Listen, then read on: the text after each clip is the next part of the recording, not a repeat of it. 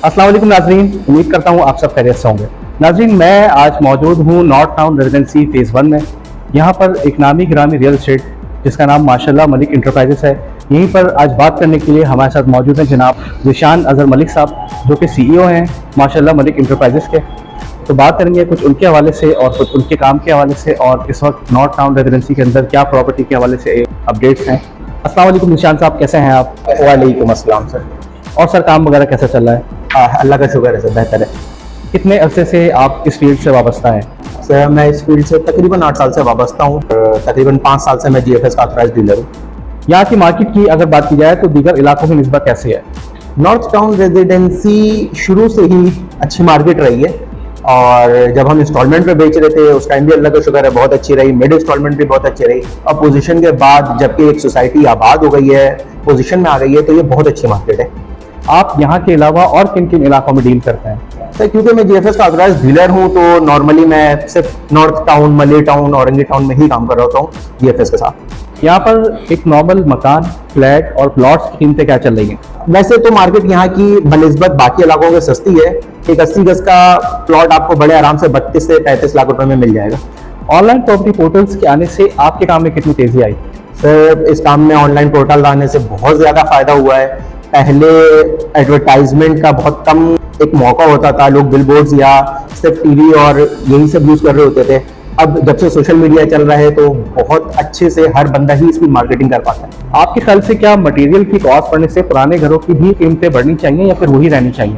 अगर सरिया या सीमेंट, बजरी या दूसरी जो भी चीज़ें जिनकी वैल्यू बढ़ती है, तो न्यू कंस्ट्रक्शन के ऑब्वियसली रेट बढ़ गए, उसकी वजह से पुराने रेट लाजमी बढ़ेंगे। रियल एस्टेट की फील्ड के अंदर एक ब्रोकर का किरदार कितना अहम होता है?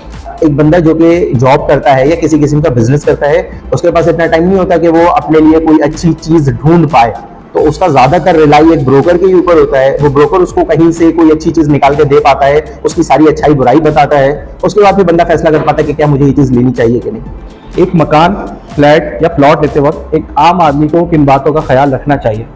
तो क्योंकि ये एसेट है, बंदा पूरी जिंदगी की जमा पूंजी लगा रहा होता है, तो उसको जाहिर सी बात है उसको पेपर वर्क और बहुत सारी चीजें कंप्लीट हैं, ये चीज देखना चाहिए। अगर वो कोई लीज प्लॉट ले रहा है तो वो वाकई लीज है, अगर वो कोई बिल्डर चीज ले रहा है तो बिल्डर कितना अथेंटिक है, कितना रिलायबल है, ये चीज लाजमी देखना चाहिए।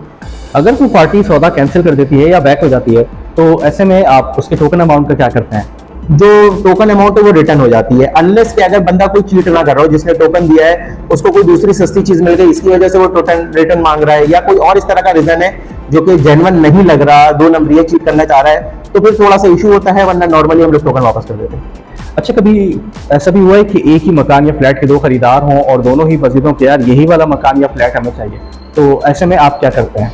सर बिल्डर वर्क में ये बहुत ज्यादा होता है, क्योंकि जो आता है वो कॉर्नर मांगता है, रोड फेसिंग मांगता है, पार्क फेसिंग मांगता है, तो बाकी प्लॉट्स भी हैं, वो भी किसी ने बेचना है, वो भी किसी ने खरीदना है। हाँ, ये होता है कि लग्जरी प्लॉट्स की वैल्यूज ज्यादा होती हैं, उनके खरीदार ज्यादा होते हैं। इन्वेस्टमेंट पॉइंट ऑफ व्यू के हिसाब से नॉर्थ टाउन रेजिडेंसी कैसा है? सर बहुत बेहतरीन है। इन्वेस्टमेंट पॉइंट ऑफ व्यू के हिसाब से इन्वेस्टर्स के लिए, किसी के लिए भी नॉर्थ टाउन मार्केट बहुत अच्छी रही है। इसकी अगर मैं आप छोटी सी एग्जांपल दूं आपको, नॉर्थ टाउन रेजिडेंसी को आए हुए 8 साल हुए, 5 साल की इंस्टॉलमेंट पे आई थी। हमने 8 साल पहले जो चीज 7.5 लाख रुपए की बेची थी, उसकी 3 साल पहले आखिरी किस्त दी गई है। वो 7.5 लाख वाली चीज इस वक्त 45 लाख रुपए की है, तो इसके अंदर वैल्यूएशन कहाँ गई है, तो जाहिर सी बात है आप भी समझ सकते हैं। मौजूदा हुकूमत की बनाई हुई रियल एस्टेट से मुतालिक जो पॉलिसीज हैं, आप उससे किस हद तक मुतमईन है?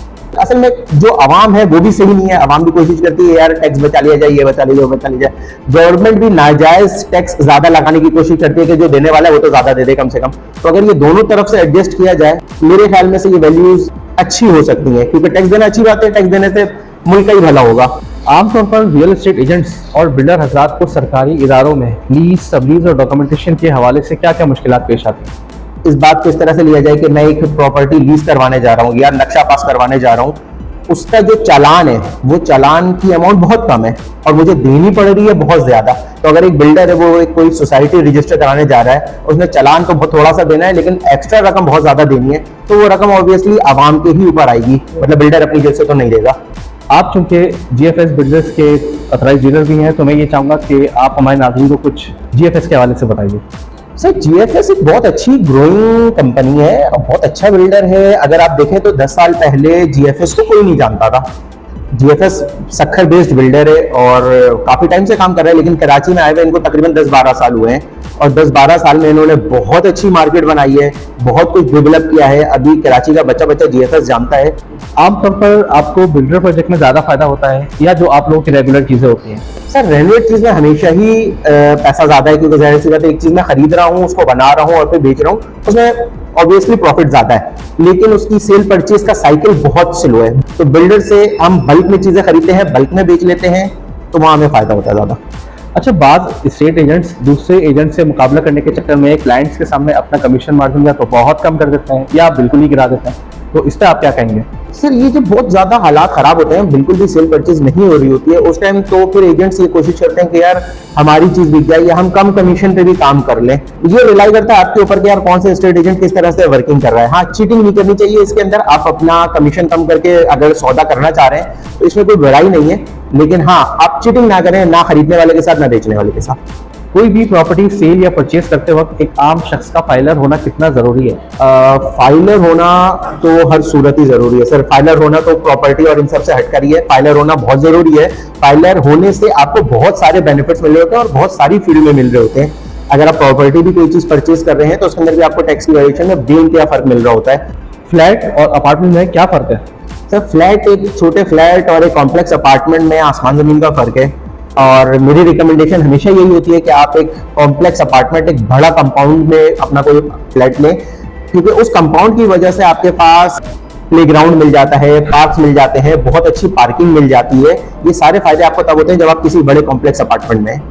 कराची जैसे शहर में एक आम आदमी के लिए घर लेना कितना मुश्किल हो गया है या फिर बना दिया गया है? बहुत ही ज्यादा मुश्किल काम है।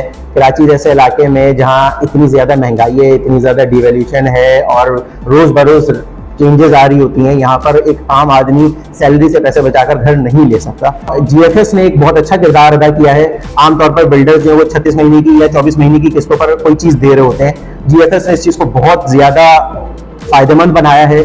GFS 60 महीने की 5 साल की इंस्टॉलमेंट पे देता है, तो ये एक लोगों को जो इंस्टॉलमेंट प्लान की अमाउंट बन रही होती है वो थोड़ी कम हो जाती है 60 महीने पर डिवाइड होने की वजह से।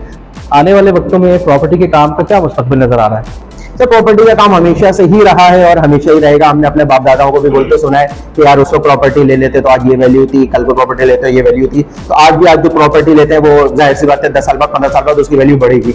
इतनी मसरूफियात के बावजूद फैमिली के लिए वक्त निकालना कितना मुश्किल हो जाता है? सर नहीं होता मुश्किल, नहीं होता। लिटरली कोई भी आप बड़े से बड़ा बंदा उठा लें, बड़े से बड़ा बिजनेसमैन उठा लें, अगर वो अपनी रूटीन सेट करता है तो वो फैमिलीज के लिए, दोस्तों के लिए, सबके लिए टाइम निकाल सकता है। ऐसा नहीं है कि आपने सिर्फ कमाना या कुछ इस तरह का करना है। अगर आपका साइकिल 20 लाख रुपए का है ईयरली और आपका साइकिल 2 करोड़ रुपए का ईयरली, जो 20 लाख वाला बंदा है वो भी उतना ही देर काम करता है कि 2 करोड़ वाला उतना ही देर काम करता है। 20 लाख वाला अगर डबल काम करने लगेगा तो 2 करोड़ तक नहीं पहुंचेगा।